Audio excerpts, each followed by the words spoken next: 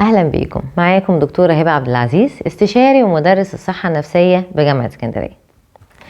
الايام دي ومع الانفتاح الشديد بقينا بنقابل ناس كتيره من كل انحاء العالم، واكيد لازم نخلي بالنا مين بيدخل دايرتنا.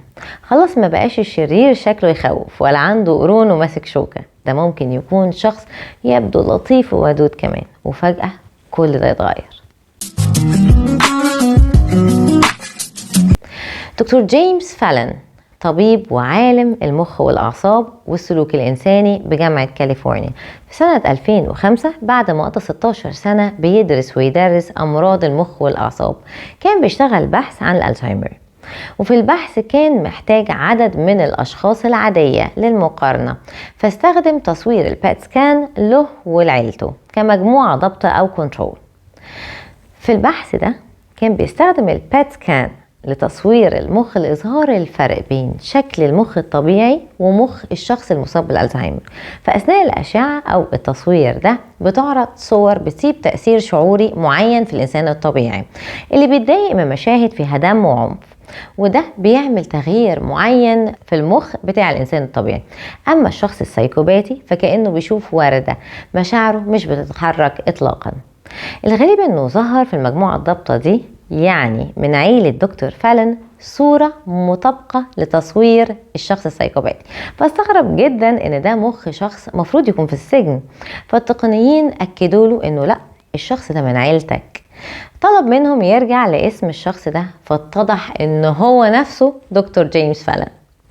دكتور جيمس فالن أكد أن الشخص السايكوباتي مش زي الأشخاص العادية، لكنه طول الوقت عنده أفكار ورغبات وسلوكيات سايكوباتية مؤذية أو شريرة ملحة، لكنه ممكن يقدر يقاوم ده ويثبط الأفكار الخطيرة دي. ولما يكون عنده الإرادة لده وبس، الشخص ده لازم يكون عايز يكون شخص كويس، مش إن اللي حواليه هم اللي عايزين ده. وده اللي عمله دكتور فالن، وقدر يحجم الأفكار السايكوباتية دي ويسيطر عليها.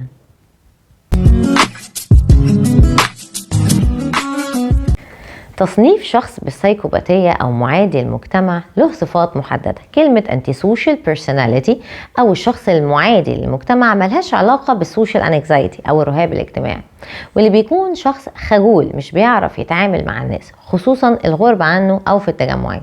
أما السايكوباتي فعنده صفات خطيرة، ودي حكاية مختلفة تماما. الشخص ده لازم يكون فوق 18 سنة. مش معنى كده ان المشاكل دي كلها بتظهر بين يوم وليلة، بالعكس بيكون في كتير منها موجود من الطفولة، واكتر من الربع بيكون عندهم conduct disorder قبل 18 سنة، اللي فيه تقريبا اغلب اعراض الشخصية المعادية للمجتمع. التعامل مع الحالة دي قبل ما الشخص يكبر بتجيب نتيجة أفضل بكتير. الشخص ده صفاته دايمة مش في مواقف معينة، بالعكس ده العادي مع أي حد وفي أي وقت. تفكيره بيتمحور حوالين نفسه، عنده أنانية وغرور، مش بيعمل حاجة غير بهدف إنه يستفيد أو ياخد مكاسب وقوة أو متعة. ما عندوش قيود، ما يفرقش مع القواعد، ولا بيعترف بالسلوكيات والأخلاق، مش بيهتم بمشاعر غيره ولا بيراعيها ولا بيتعاطف معه. ما عندوش شعور بالندم ولا الذنب لو تسبب في أذى أو جرح لحد. ما يقدرش يعمل علاقات، ما يقدرش يعمل صداقات ولا يكون قريب من حد إلا لو له مصلحة في كده. ووسائل التواصل اللي بيستخدمها دايما الاستغلال والسيطرة والتخويف والتلاعب والخداع. هتلاقي فيه صفات من دي. التلاعب زي انه ممكن يستخدم الاغراء والاغواء ويكون لطيف ومجامل جدا، يطلعك لسابع سما وبعدين يسيب وينزلك لسابع ارض. بيكذب بدم بارد، بيكون مقنع جدا. القسوة مشاعره بس هي اللي مهمة، باقي الناس مش بيجوا على باله اصلا. مش بيتعاطف، مش بيتأثر، مش بيندم ومش بيحس بالذنب، بالعكس سادي، ممكن يستمتع بالأذى. وده اللي بيخليه النموذج المثالي للسفاح المتسلسل. لو شخص عادي مضطر يسرق هيعمل ده بأقل مشاكل، أما السايكوباتي فممكن يموت علشان يسرق محفظة وممكن تطلع فاضية. مش بيبان على وشه أي تفاعل، ولما بيبان عليه مشاعر بيكون مقلدها. الشخص ده بيتميز بالخداع، غير أمين، محتال، مش مهم إنه يورط حد في مشكلة هو السبب فيها. مؤشر مشاعره مش بيتحرك بسهولة علشان يحس انه مبسوط وما يبقاش حاسس بالملل اللي دايما مسيطر عليه، بيضطر انه يعمل حاجات بس علشان يتسلى، زي انه يضحك على حد ويخليه يهتم بيه ويحبه وبعدين يسيبه مثلا. العداء ملوش حبيب ولا غالي، دايما غضبان وسهل الاستثارة، اللي بيدفعه مش الخوف من الرفض لكنه الرغبة انه يعمل اللي هو عايزه ودلوقتي.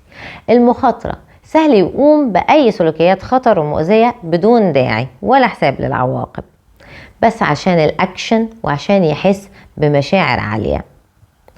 الاندفاع متهور وبيندفع بدون تفكير للرد الفوري، مش بيفكر غير في اللحظة الحالية، عشان كده ما يعرفش يعمل خطة يمشي عليها ولا يستمر في حاجة. ما عندوش تحمل للمسؤولية ولا القدرة على الاهتمام بأي شيء.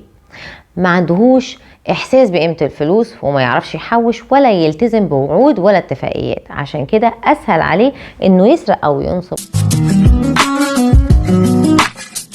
الخبر الكويس ان الحالة دي نادرة، مش اكتر من 0.5% من المجتمع. المصابين باضطراب الشخصية المعادية للمجتمع 10% منهم هم اللي بيتشخصوا بالسيكوباتية، والاغلب هيكونوا في السجن. الخبر الوحش انها اكتر مرض نفسي بيتورث، نسبة الوراثة فيه فوق 90%. يعني السايكوباتي غالبا هيجيب طفل زيه. اكيد البيئة عليها عامل لكنه مش كبير. الحالة اكتر في الذكور ب20 مرة، لكن ده مش معناه انها مش موجودة في الاناث. العلاج مش سهل ابدا للأسف. اولا الاشخاص المصابين مش شايفين انهم مرضى، ثانيا مش بيلتزموا بحاجة عشان يلتزموا بالعلاج، ثالثا فعالية الادوية اذا اخدوها من الاساس هتقلل من العنف شوية لكن مش هتعالج الحالة بالكامل. اللي بنقدر نعمله اننا نعرف نتعامل ازاي اللي في محيطنا شخص سايكوباتي ونقلل من الضرر. ممكن نعرف اكتر المواقف اللي بتزود من سلوكه الخطر والمؤذي لتفاديها ونحمي نفسنا من الاثار اللي بيسيبها علينا الشخص ده. لو رجعنا لدكتور فالون هنلاقي انها شجاعة كبيرة منه انه يعلن ان تصوير مخه سايكوباتي، وطبعا هو بحث في الموضوع ده كتير ورجع لوالدته اللي حكت له انه كان بيصدر منه في طفولته ومراهقته سلوكيات ما حكيتهالوش قبل كده، وان الجيران كان في منهم كتير بيمنعوا اولادهم انهم يلعبوا معاه. وتكملة لأبحاثه اكتشف ما يسمى بالواريور جينز او جينات المحارب، واللي لها علاقة بالعنف وانخفاض التعاطف، لكنه مش بيكون له اي تأثير لو نشأ في بيئة ايجابية او تم التعامل معاه وتوجيهه بطريقة سليمة وصحية من صغره. الشخص ده فرصه احسن انه يكون مفيد للمجتمع ولنفسه لما يكبر من طفولته في بيئة تساعد على كده، ولما يكبر عارف الصح من الغلط وحابب يعمل الصح عشان يوصل لنتيجة عايزها، يكون ناجح مقبول، يعمل التصرفات الصح في الأول حتى على سبيل التقليد، لحد لما تبقى دي التصرفات والتفكير التلقائي اللي بيجيله. ولما تجيله أفكار سادية ساعتها هيقدر إن هو يمنعها، وده مش هيحصل إلا لو كان جايدد من صغره. كلام ده للتوعية وعشان نعرف أكتر فنحمي نفسنا أكتر. تقدر تغير حاجة.